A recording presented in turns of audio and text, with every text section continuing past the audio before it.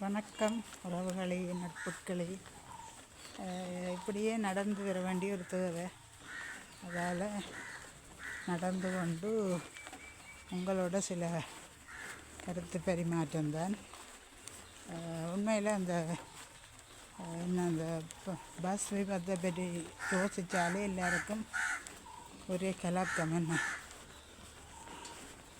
என்னென்று சொன்னால், எங்களோட வாழ்க்கைன்றது நிச்சயம் இல்லாததுன்றது எத்தனை பேர் உணர்றாங்களோ தெரியும். ஆனால் அதுதான் உண்மை. அது தெரியாமல் சிலர் ஒரு புரிந்துணர்வு இல்லாத வாழ்க்கை, விட்டு கொடுக்காத வாழ்க்கை, சந்தோஷம் இல்லாத வாழ்க்கை, எங்களுக்கு ஒவ்வொரு நிமிஷமும் எங்களுக்கே சொந்தம் இல்லாமல் இருக்குது. ஆனால் நாங்கள் யார் அப்படி யோசிக்கிறோம், யார் அப்படி பார்க்குறோம்? உறவுகளுக்கு சரி, நட்புகளுக்கு சரி, சொந்தங்களுக்கு சரி, பந்தங்களுக்கு சரி, எல்லாருமே வாழ பிறந்தவர்கள் மாதிரி இந்த பஸ் விபத்து உண்மையாக எத்தனை பேரை திருத்தணும், எத்தனை பேர்ட்ட மனப்பாங்களை மாற்றணும்.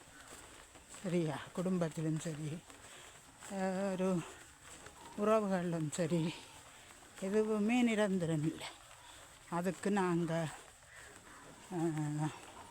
உறவுகளை விட்டு, நட்புகளை விட்டு, அல்லது இப்படியே ஒரு வாழ்க்கை தேவைதான ஆண்டு தான் இல்லை தாங்கிக்கு தோணுது. இதுபோல் எத்தனையோ விபத்துக்கள் நடந்து கொண்டு தான் இருக்குது. அவ்வளவும் மனிதர்களுக்கு ஒரு பாடமாக இருக்கு. ஆனால்